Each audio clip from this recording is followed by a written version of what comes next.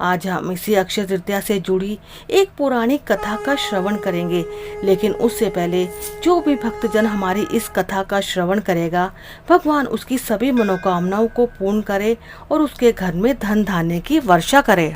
अक्षय तृतीया की कथा के अनुसार प्राचीन काल में एक धर्मदास नाम का वैश्य था। धर्मदास अपने परिवार के साथ एक छोटे से गांव में रहता। वह बहुत गरीब था। वह हमेशा अपने परिवार के भरण पोषण के लिए चिंतित रहता। उसके परिवार में कई सदस्य थे। धर्मदास बहुत ही धार्मिक प्रवृत्ति का व्यक्ति था। उसका सदाचार तथा देव एवं ब्राह्मणों के प्रति उसकी श्रद्धा अत्यधिक प्रसिद्ध थी। अक्षय तृतीया व्रत के महात्म्य को सुनने के पश्चात उसने अक्षय तृतीया पर्व के आने पर सुबह जल्दी उठकर गंगा में स्नान करके विधि पूर्वक देवी देवताओं की पूजा की।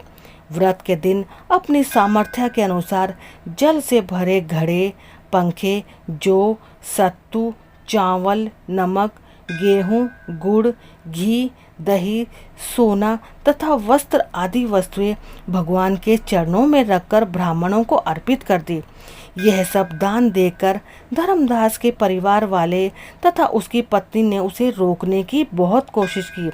उन्होंने कहा कि अगर धर्मदास इतना सब कुछ दान में दे देगा तो उसके परिवार का पालन पोषण कैसे होगा।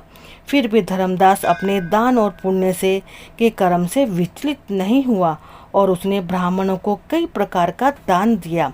उसके जीवन में जब भी अक्षय तृतीया का पावन पर्व आता, प्रत्येक बार धर्मदास ने विधि से इस दिन पूजा एवं दान आदि कर्म किया। अनेक रोगों से ग्रस्त तथा वृद्ध होने के उपरांत भी उसने उपवास करके धर्म कर्म और दान पुण्य किया। यही वैश्य दूसरे अगले जन्म में कुशावती का राजा हुए।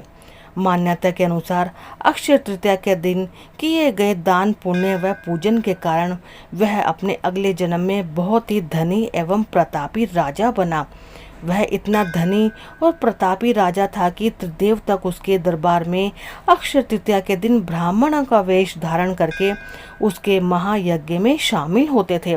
अपनी श्रद्धा और भक्ति का उसे कभी घमंड नहीं हुआ।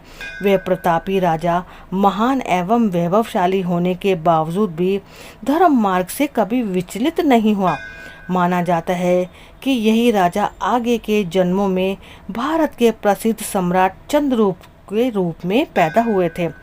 जैसे भगवान ने धर्मदास पर अपनी कृपा की, वैसे ही जो भी व्यक्ति अक्षय तृतीया की इस कथा का महत्व सुनता है और विधि विधान से पूजा एवं दान आदि करता है, उसे अक्षय पुण्य एवं यश की प्राप्ति होती है। तो दोस्तों, ये थी अक्षय तृतीया की पावन कथा।